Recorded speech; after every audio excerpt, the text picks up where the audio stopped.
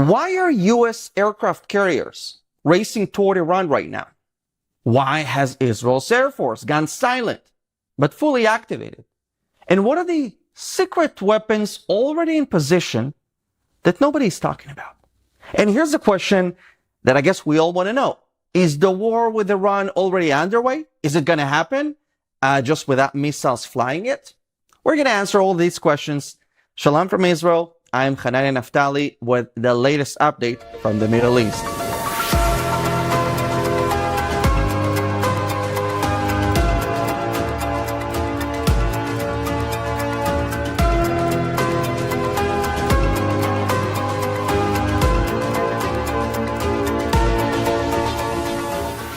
President Trump has made it very clear. He said, we have an armada heading their way. They know what we want. So now it's not might, it's not maybe, it is happening. And the USS Abraham Lincoln Carrier Strike Group, it's steaming its way toward Iran. It's joined by 3 destroyers, aerial tankers, which means that they might want, or they want the ability to fly more than the jets can allow themselves to fly. That's why they have the aerial tankers. The same tankers, by the way, or the same type of tankers that Israel used when it struck Iran, when it struck the Houthis in Yemen. It also has C-17s loaded with heavy gear and squadrons of F-15 Strike Eagles. It's a chess move. And checkmate is definitely on the table. But listen, if everything that I said right now sounded a little bit like Chinese, let me explain. The USS Abraham Lincoln, it's, by the way, a nuclear-powered Nimitz-class aircraft carrier. It's capable, listen, of staying at sea for over 20 years without refueling, making it one of the most powerful and enduring war machines ever built. Its deployment is not just symbolic. It's the strongest military single the U.S. can send without launching a single missile. So, in other words, when you see the Lincoln showing up, it means the White House is not playing games. And here's a really interesting point. The strike group has not yet entered CENTCOM's time zone, which means that it's still not in the Middle East. It's definitely making its way. That's where it's headed.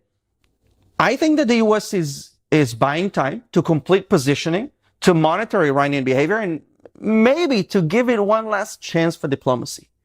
But let's not forget, the regime just now mass killed, according to Iran International, about 36,000 people in just 2 days at the direct order of the Supreme Leader Khamenei. These were not Israelis, these were not Americans, these were no Westerners. 36,000 Iranian people. This is one of the world's worst mass killings since World War II. Iran is cornered. The U.S. is not stumbling into war like the media is trying to structure it as. What the U.S. is doing is structuring every detail down to the last fuel drop. And if it does strike, it's definitely not going to be a surprise like the 12-day war, especially because when you see so many forces heading towards the Middle East, I think the element of surprise is pretty much gone. The regime knows what's headed their way. The question is who fires the first bullet. But to tell the truth, the scariest weapon is not the one that you see coming. It's the one that you didn't know even existed. And according to President Trump, the United States has several of these secret weapons people have never seen in their lives. Iran's regime, based on this information, is preparing for yesterday's war. The United States is ready for tomorrow's war. And they're already in the future. You don't win a war by being loud. You win by being 10 steps ahead while your enemy is still ranting on television. And that's pretty much what the Islamic regime is doing. They send official every other day to say, we're ready, our finger is on the trigger, don't try, don't mess with us. With that being said, let's shift to Israel for a moment. Because while the U.S. is leading the charge, Israel is not sipping coffee in the background. The Israeli Air Force is now ranked among the top 15 Air Force military powers in the world. For a tiny country, we pack a punch most people still underestimate. We're talking over 650 aircrafts. It could be actually a lot more. I don't know the exact number.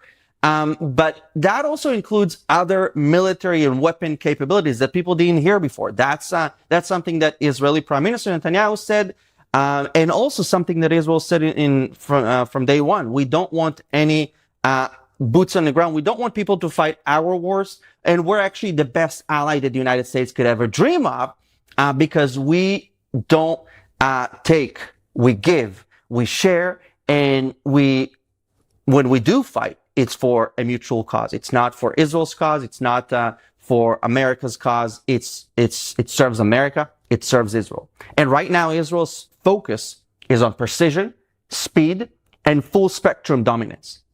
The Air Force has integrated with our missile defense systems, the Iron Dome, David Sling, and Arrow.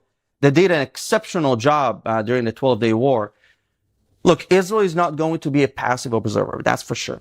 If Iran dares to escalate, Israeli leaders say that they will strike harder than ever, and not just with aircraft, which is an interesting point. And the interesting thing is that Iran knows it. Now, with that being said, here's the part that the media barely touches.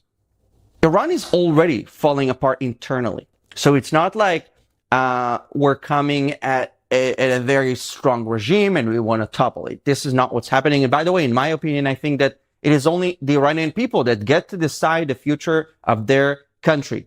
We already saw it with past regimes like the one in Iraq. This is the only thing that survives is when people take charge of their own future. And that's something that the Prime Minister of Israel said. That's something that President Trump said. But that does not mean that we don't support our allies. And I do think that when this regime is toppled, we need to see Reza Pahlavi, the son of the Shah, the former Shah in Iran, returning to Iran and taking charge and leading. But look, the regime is at its weakest point ever after the 12-day war and the mass protests. The Iranian currency collapsed. Khamenei, imagine your leader is hiding in a bunker. This is crazy. This is not leadership. It's cowardice. Human rights groups are reporting that morgues overflowed and cemeteries filling faster than Tehran can even dig graves, which actually shows that the estimated number of killed protesters is probably very accurate, and that's what we know now. And yet the regime wants to act like it's ready for war. This is a joke. And look, what happens when such regimes are pushed to the edge? They lash out. That's what makes them dangerous, to be honest. Not because they're powerful, but because they're desperate. And if you ask me, I think Iran's threats right now are not a sign of strength. They're confessions of weakness. This is the last phase, and they know it. So with everything, all this analysis that you heard, let me try to answer the question whether a war is coming or not. My prediction is that something will happen, and it won't be a surprise. The US doesn't move two super carriers, strategic bombers, and elite fighter jets without reason. And Israel doesn't stay on high alert without cause. On top of that, the UK doesn't arm its bases in the Middle East, something that we're seeing right now, because they're bored. And Iran's regime doesn't send Khamenei underground unless they expect a blow. So this will not be a war of accident. And I think the more time passes, actually, the better the decision will be, because the allies will not be impulsive, but actually very calculated, which is much, much better. And again, this is not because we love wars in the Middle East. We love peace. We want peace. And because we love peace, we have to stop this madness, murderous regime that was willing to kill tens of thousands of their own people, Iranian people, just to stay in power and pursue nuclear and ballistic missile power. I saw people commented and they were saying in some of my posts, well, Israel and other Western countries have nuclear power. Why can't Iran have it? Well, the small difference between Iran and other nuclear powers is that Iran, unlike other countries, publicly says that it will use nuclear power to destroy Israel and America. They publicly say it. They chant death to Israel, death to America. They have a clock that shows when will Israel be destroyed. They don't want nuclear power for peaceful reasons. They want it for the war of all wars. And we need to stop them before it gets worse.